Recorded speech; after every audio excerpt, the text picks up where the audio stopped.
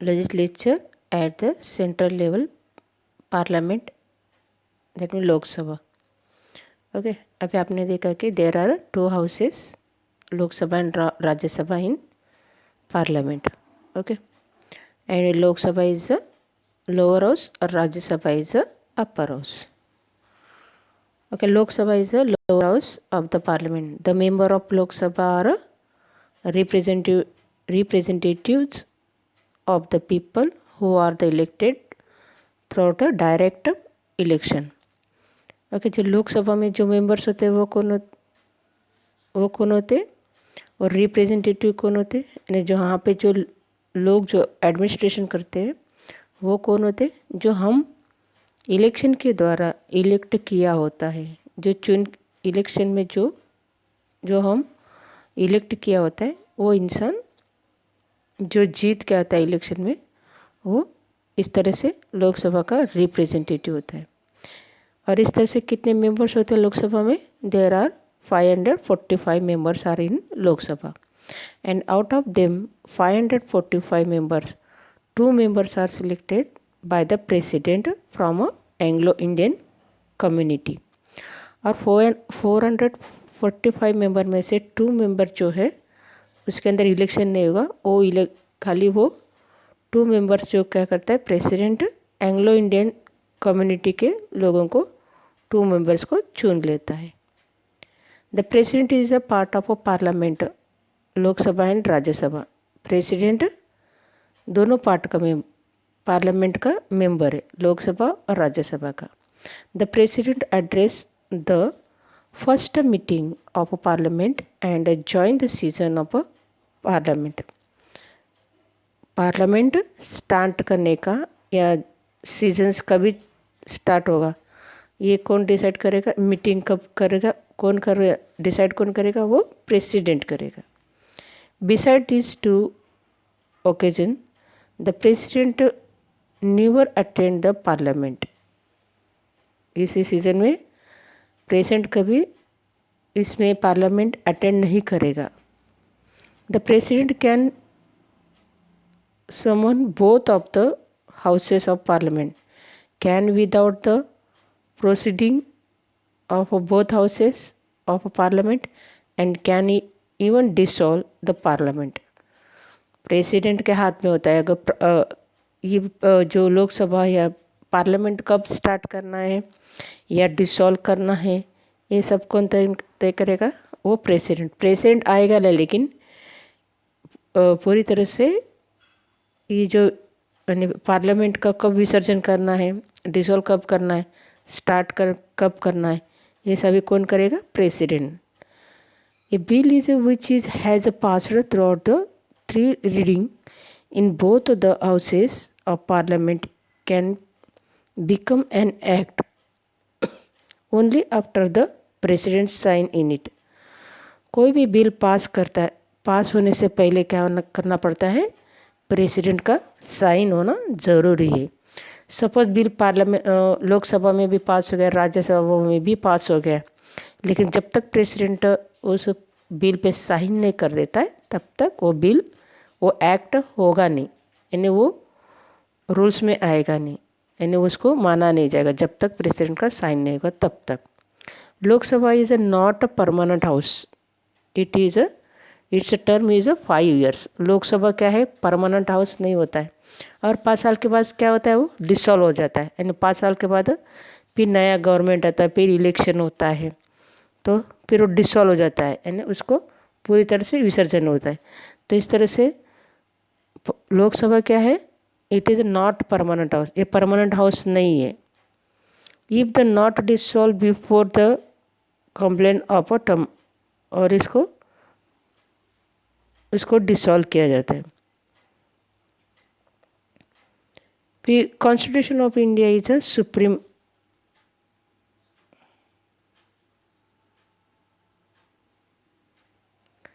Constitution of India is a supreme and not the parliament, and hence the parliament has enjoy its power within the limits represented by the constitution.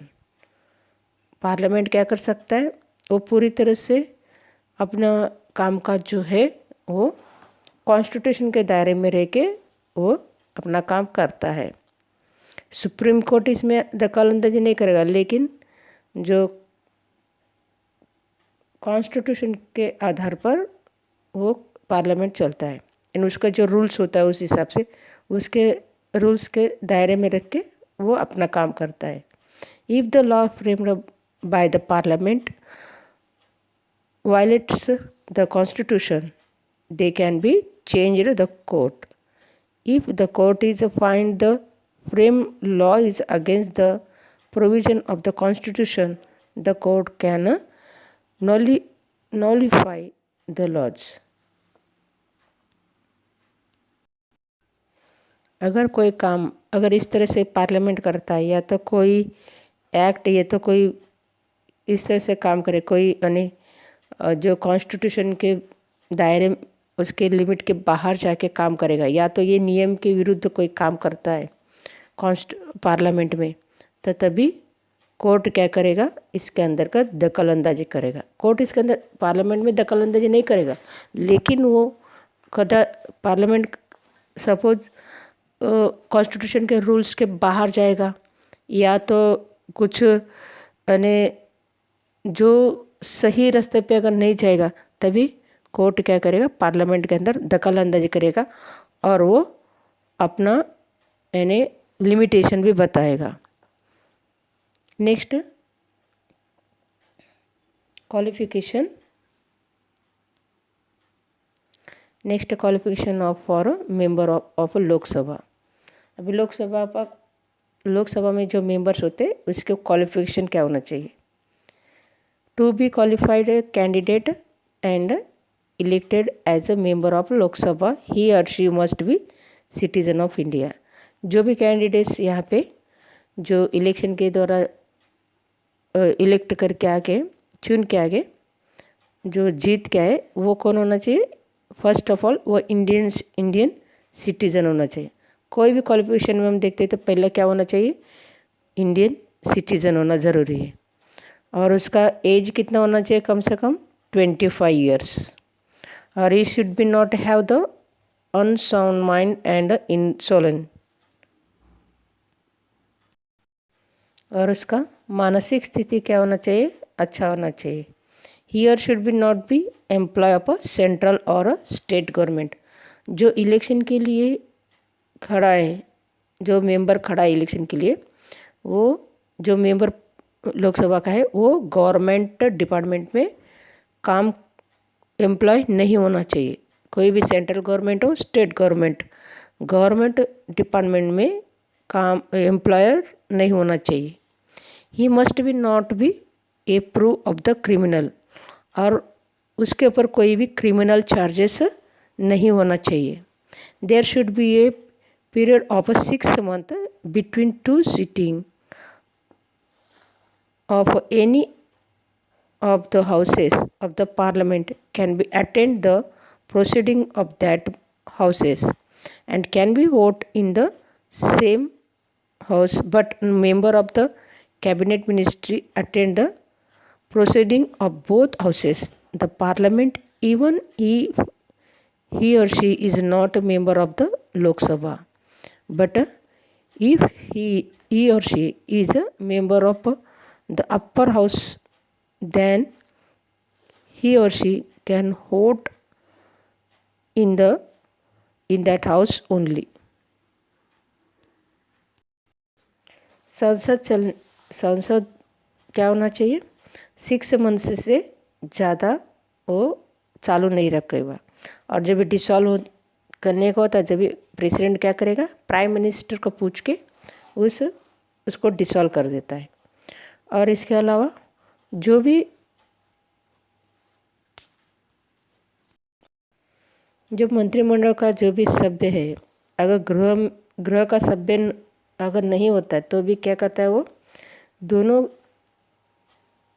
दोनों में इसमें parliament में क्या कर सकता है, वो चर्चा में भाग ले सकता है।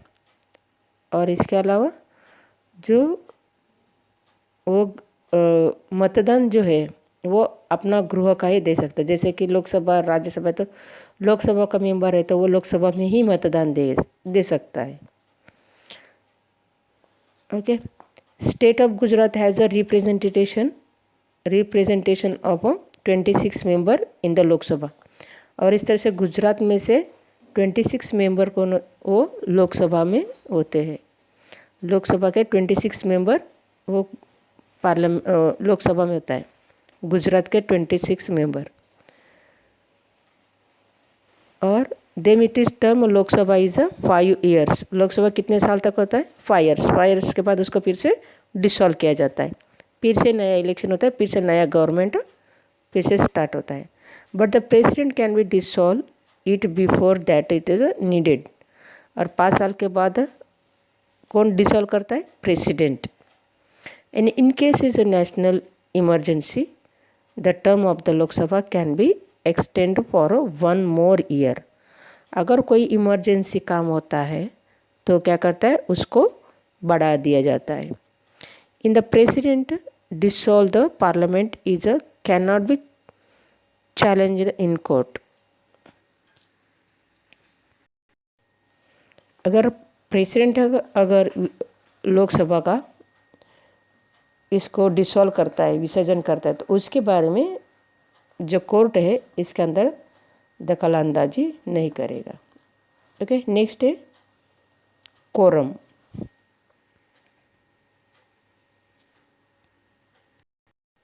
ओके, नेक्स्ट है कोरम। कोरम यानी जैसे कि जो लोकसभा और राज्यसभा में कम से कम कितने मेंबर्स होना चाहिए, मिनिमम कितने मेंबर्स होना चाहिए तो अपने हाउस चला सकते हैं। तो इससे quorum is the number of member present in house of parliament. Parliament में कितने मेंबर्स प्रेजेंट होना चाहिए, इसको बोला जाता है quorum. It is the number of member present in the working in the house of out of the total number of member of that house. यानी total कितने हैं उसमें से कितने कम से कम होना चाहिए। The minimum quorum of the Lok Sabha should 1/10। इसका मतलब जैसे कम से कम 1/10 इतना मेंबर्स प्रेजेंट होना चाहिए, तब जो है लोकसभा चल सकता है। यानी 1/10 यानी जैसे कि 545 मेंबर में से 55 should be present. Similarly 545 total जो मेंबर हमने देखा कि लोकसभा में कितने होते हैं, टोटल 545, तो उसमें से कम 55 मेंबर्स प्रेजेंट होना चाहिए। And similarly the minimum quorum of Rajya Sabha to be should 1/10, that means 250 members. और राज्यसभा में कितना होना चाहिए, उसमें भी 1/10 होना चाहिए। जैसे कि यहाँ पे राज्यसभा में टोटल मेंबर कितने होते हैं? 250, तो उसमें से 25 मेंबर्स शुड बी प्रेजेंटेड। यहाँ पे 25 मेंबर्स कम से कम प्रेजेंट होना चाहिए। नेक्स्ट है Rajya Sabha. Rajya Sabha is upper house of parliament. अभी हमने देखा कि Rajya Sabha upper house and it is a representative house of the all states and union territories of India. और यहाँ पे राज्यसभा पे मेंबर कौन होते हैं? सभी स्टेट में से या यूनियन टेरिटरीज में से मेंबर्स यहाँ पे होते हैं। There is in all 250 members. Rajya Sabha में टोटल कितने मेंबर्स होते हैं? 250 members. The members of Rajya Sabha are indirectly elected by the member of a legislative assembly of the state and the union territories and throughout the method of the equivalent representation। इसमें जिस तरह से जो state level में जो election होता है, उस इलेक्शन में जो सिलेक्ट हुए मेंबर्स होते हैं, जो जीत के हुए मेंबर्स होते हैं, उस मेंबर में से इनको सिलेक्ट किया जाता है। In all 238 members of the Rajya Sabha are elected। 250 member में से 238 मेंबर जो होते हैं वो इलेक्शन के द्वारा इलेक्ट हुए मेंबर्स होते हैं। लेकिन rest of 12 members are nominated by president of India. और इसमें से 250 में से खाली 238 उसके ऊपर ही इलेक्शन के लिए खड़े, इलेक्शन में से जीत गए थे। और बाकी जो रह गए 12 मेंबर्स वो कौन करता है? नॉमिनेटेड प्रेसिडेंट करता है। यानी प्रेसिडेंट 12 मेंबर्स को वो अपने इंसान को रखता है। जैसे कि जो देश के लिए अच्छा काम किया है या इनको इस तरह से, जैसे कि फॉर एग्जांपल जैसे this is nominated should be having the special knowledge, वो कोई इसमें स्पेशल क्या, जैसे कि it is a particular experience with respect of the literature, science, art, culture, sports and social service. इस तरह से जैसे कि जो मेंबर्स इसमें, जैसे जो 12 मेंबर जो प्रेसिडेंट सिलेक्ट करता है वो कौन होता है? जो अच्छा उस सब्जेक्ट में नॉलेज होना चाहिए। जैसे कि कोई अच्छा लिटरेचर में या साइंस में, आर्ट में, कल्चर में, स्पोर्ट्स में, या तो सोशल सर्विस में, जो समाज के लिए जो अच्छा काम किया हो। इस तरह से जो मेंबर्स होते हैं जो समाज के लिए अच्छा काम या देश के लिए जो अच्छा काम किया है, इस मेंबर को वो सिलेक्ट करता है। सपोज आपने लता मंगेशकर है, वो भी एक अच्छा एक्टर है, यानी गायिका है, वो पूरा ऑल ओवर वर्ल्ड में अपना देश का नाम रोशन, तो वो इस तरह से संसद में, राज्यसभा में उसको सीट के लिए वो इलेक्शन के द्वारा इलेक्ट नहीं होते, वो प्रेसिडेंट उसको सिलेक्ट करता है। जैसे सचिन तेंदुलकर भी है, बहुत सारे ऐसे प्लेयर्स भी है जो राज्यसभा के रिप्रेजेंटेटिव होते हैं। वो इनके इलेक्शन नहीं होता है, वो डायरेक्ट प्रेसिडेंट इनको सिलेक्ट करता है। No person can be member of both of houses is simultaneously. कोई भी इंसान एक ही साथ दोनों हाउसेस के मेंबर नहीं होता, यानी लोकसभा राज्यसभा का ऐसा एक ही मेंबर दोनों साइड मेंबर नहीं हो सकता है। कोई एक ही हाउस का, यानी या तो लोकसभा का मेंबर होगा या तो राज्यसभा का मेंबर होगा, लेकिन एक ही इंसान दोनों लोकसभा राज्यसभा इस तरह से वो मेंबर नहीं हो सकता है। राज्यसभा का मेंबर का जो क्वालिफिकेशन क्या होना चाहिए? यहाँ पे qualification of member of a membership of a Rajya Sabha. It is to be qualified, the candidate should be elected as a member of a Rajya Sabha. He or she must be as a citizen of India. ये point सब में आ जाएगा। वो first तो Indian citizen होना चाहिए। He और she should be 30 years of age और मोर। उसका एज कितना होना चाहिए? 30 या तो 30 के ऊपर होना चाहिए। ही और she must B not of unsound mind, insolent और क्रिमिनल। वो क्या होना चाहिए? वो मानसिकता से अस्थिर नहीं होना चाहिए, अच्छा मानसिक स्थिति होना चाहिए उसके साथ, और वो क्रिमिनल नहीं होना चाहिए। ही और she would not be government employ. अभी आगे देखा कि ये वो इसका भी सब्जेक्ट को जो है वो गवर्नमेंट के एम्प्लॉय, यानी गवर्नमेंट के कोई भी डिपार्टमेंट में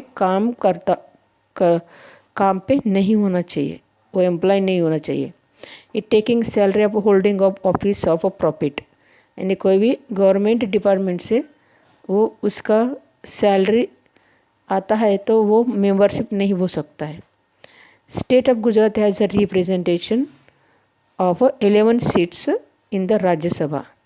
इस तरह से राज्यसभा में गुजरात में से कितने मेंबर्स सिलेक्ट होते हैं? 11 मेंबर्स सिलेक्ट होते हैं। 11 मेंबर्स जो है राज्यसभा में, गुजरात में से 11 मेंबर्स राज्यसभा में जाते हैं। Rajya Sabha is a permanent house. देखो, Rajya Sabha is a permanent house, Lok Sabha permanent house नहीं है, राज्यसभा परमानेंट हाउस होता है। परमानेंट हाउस क्यों होता है? Because it can not be dissolve. जैसे पार्लियामेंट कैसे, लोकसभा कैसे और 5 साल के बाद डिसॉल्व होता है, लेकिन राज्यसभा क्या होता है? डिसॉल्व नहीं होता है। But 1/3 of its member retire every 2 years। Her 1/3 member जो होते हैं वो रिटायर होता है 2 years के बाद। फिर 2 years के बाद रिटायर होते, फिर उतना 1/3 मेंबर को फिर से इलेक्शन किया जाता, चुना जाता है। Those are the tenure of member of the Rajya Sabha is 6 years. और राज्यसभा का कालावधि, जो मेंबर का कालावधि कितना होता है, 6 ईयर। लोकसभा में हमने क्या देखा, उसका कालावधि कितना होता है, 5 years. How however the member of eligible of reelected and renomination. Generally both of the houses of parliament meets for the 3 time a year. ज़्यादातर यानी नॉर्मली क्या होता है, 3 टाइम इनका मीटिंग होता है। जैसे कि पर ईयर में 3 टाइम इनका मिला जाता, जैसे कि the meeting are called sessions. तो इस मीटिंग का क्या बोला जाता है, सीजन्स। जैसे कि that are budget session, monsoon session and winter session. Okay, parliament, जो पार्लियामेंट में क्या होता है, 3 सीजन्स होते हैं। यहाँ पे बजट सीजन और मानसून सीजन और विंटर सीजन, इस तरह से 3 सीजन्स होते हैं।